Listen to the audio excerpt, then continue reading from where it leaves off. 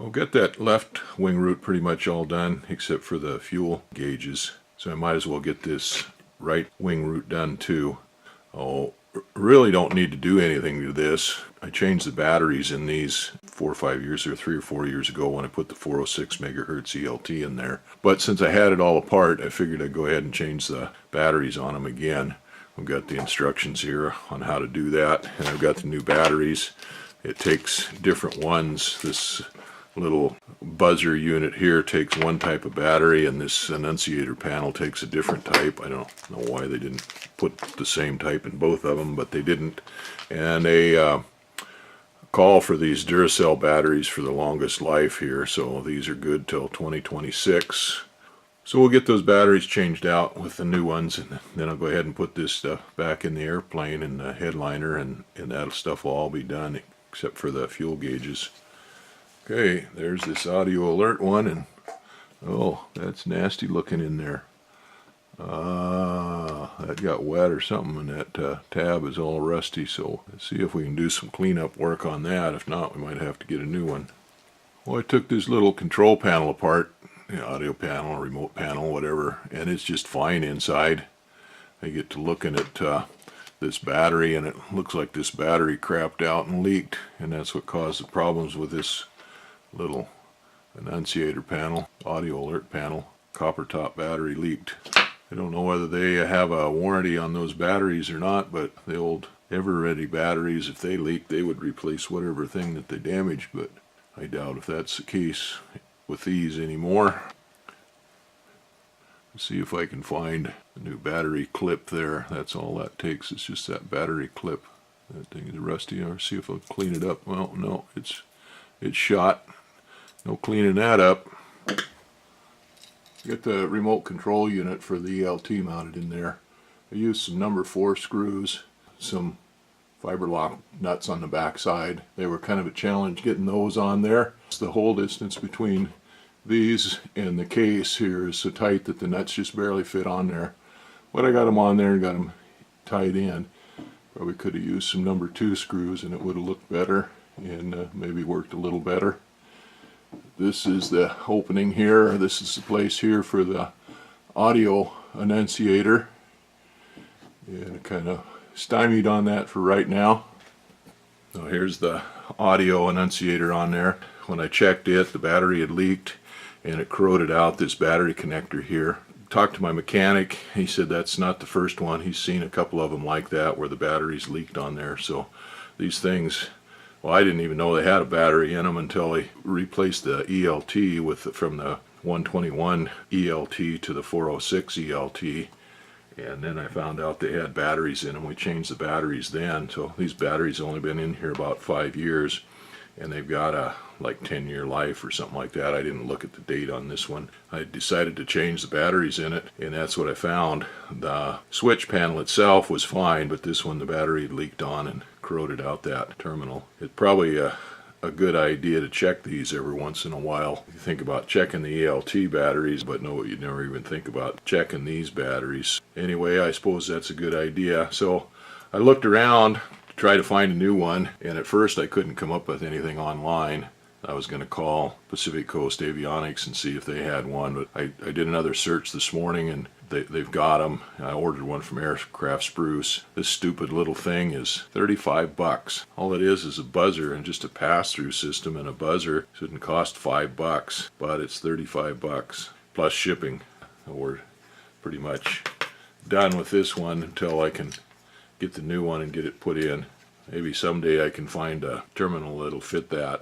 It's for this 2CR 1/3N battery, and it's just got 2 little terminal pins on it here to solder it in, so it'll be easy enough to change. But we'll go ahead and put it back together here and save it like I do everything else. Make somebody else throw it away for me when I'm dead. I got the new audio alert indicator for the ELT system in the mail today. Got it from Aircraft Spruce, $38.83 for an audio indicator for 45 cents worth of parts. So here's the old one. I don't need to do anything to the old one except use these standoffs that I made for the mounting plate on it, and use this little jumper, this little connector to go between it and the annunciator panel. This doesn't come with a battery in it, so I've got new batteries here. I'll go ahead and take this, open this up, put a new battery in it, and put it in the airplane and get that out of the way.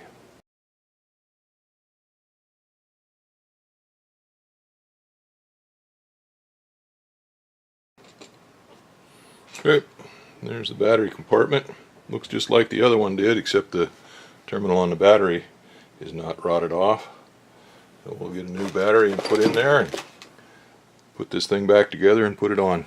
I've got the instructions here from ACK for this unit, and they got a picture here of the unit with the battery, how to install the battery, and they've got the positive going towards this little buzzer. And in here on the circuit board, they've got it printed. A CR2 is the size of battery. There's a negative terminal. There's a positive right next to that. There's a CR2 battery. The date on it is March 2026. So that goes in there like that. Now we can put this thing back together.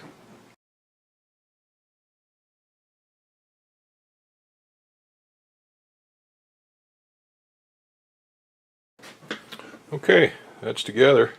On the old airframe in Cub Crafters, this was installed in the left wing rib, and it was installed flat against the inside of the wing rib here with the buzzer sticking into the wing, towards the wing.